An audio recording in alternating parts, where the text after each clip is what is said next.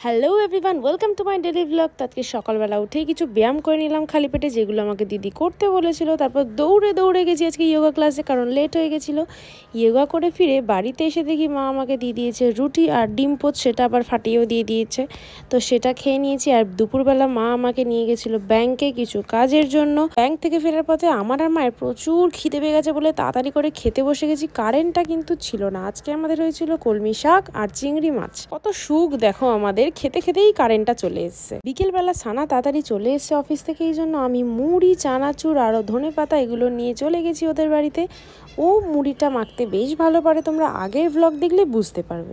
একটুখানি মুড়ি খাবো মেখে এনেছে এত বড় ডিচকিতে।